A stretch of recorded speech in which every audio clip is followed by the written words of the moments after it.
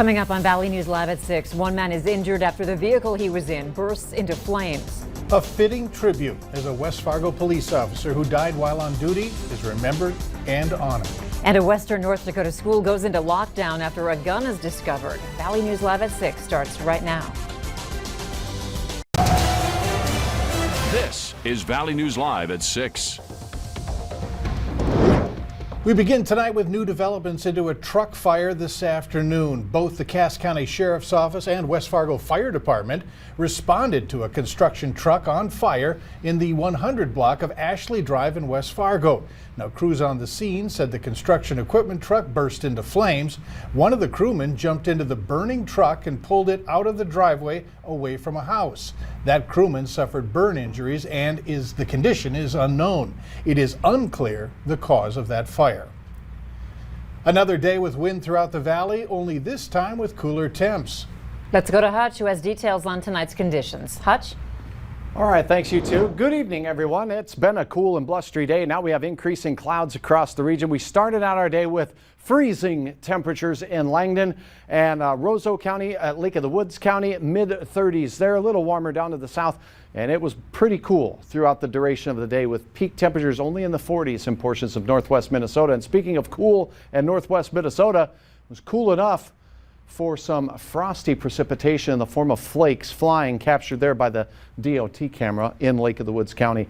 Frost advisory, Highway 2 and points north, freeze warning along the international border. That's a freeze, meaning those new plants might need to be covered up. Heavy rain showers along the South Dakota border, moving east now as we head into the evening. We do have a few sprinkles into western parts of Cass County now, but you see the deep red colors here, periods of heavy rain for our southern neighbors this evening. Temperatures will be slipping down into the 40s this evening, increasing clouds. The rain stays to the south of Fargo for now. We'll have details on a chance of some flaky weather in your forecast by morning. Here's a hint. Grassy areas could even see some accumulations. I can only smile. Thanks, Hutch. Yeah. One man is in jail after officers in Stutsman County found a large amount of drugs, cash, and a gun during a routine traffic stop. The Stutsman County Sheriff's Office seized approximately 200 suspected fentanyl pills, 20 grams of meth, $1,400 in cash, and a loaded firearm during the stop. The drugs have an estimated street value of approximately $8,000. Officers are putting out a warning saying the pills are designed to look at oxycodone, but they do contain fentanyl. Colton Dade has been arrested and charged with possession with intent to deliver fentanyl, meth, possession of drug paraphernalia, and carrying a concealed weapon. His bond has been set at $50,000. A former Ottertail County deputy has signed a plea deal for his role in a chase that killed 2 people. Kelly Backman agreed to plead guilty to misconduct, but a charge of DWI will likely be dismissed. The deputy was chasing a suspect in Fergus Falls last October, which led to a crash that killed Steve and Diane Christensen of Fergus Falls. A blood test showed Backman was under the influence of fentanyl at the time of the crash. The plea agreement calls for 30 days in jail or electronic home monitoring. A Williston Middle School was in lockdown today after a gun was found in a student's backpack. An email sent out to parents indicated that the student was being held by law enforcement. No additional information was released regarding the type of gun or the intentions of the student. No one was injured. A federal judge has denied the Standing Rock Sioux Tribe's request for an injunction to be placed on the Dakota Access Pipeline while the Army Corps of Engineers finishes up a second environmental review. But based on the judge's prior opinions, many in the energy industry were bracing for the decision to go the other way. Prior to the decision, producers were preparing to use rail or road shipping methods, even though they say it's less safe than transporting through pipelines.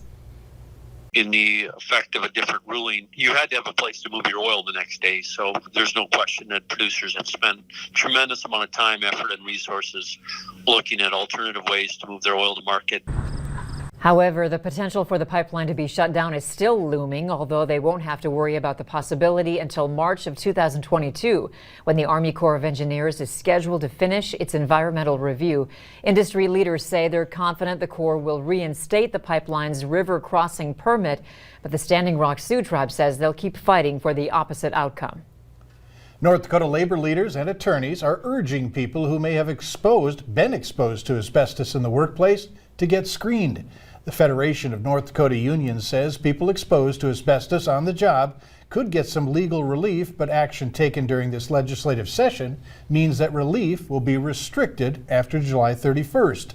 Union reps, veterans, and attorneys met today to urge people to get screened by July 15th to begin the process for legal relief before the new rules go into effect. Minnesota housing officials are urging state lawmakers to proceed carefully in negotiating an end to a moratorium on rental property evictions. Because of COVID-19, landlords dealing with loud parties, police calls, and threatening behavior haven't been able to evict misbehaving tenants. Those behind on rent also could not be evicted due to the executive order aimed at keeping people in stable housing during the pandemic. Later on Valley News Live at 6, we're going to look back at the life of a Minnesota DNR officer who was killed in a car crash earlier this week. And we are tracking some showers along and south of Interstate 94, Enderlin down towards Kindred, and heavier showers near the South Dakota border. Some will see some flakes as we go through the overnight hours. I'll have the latest coming up right after this.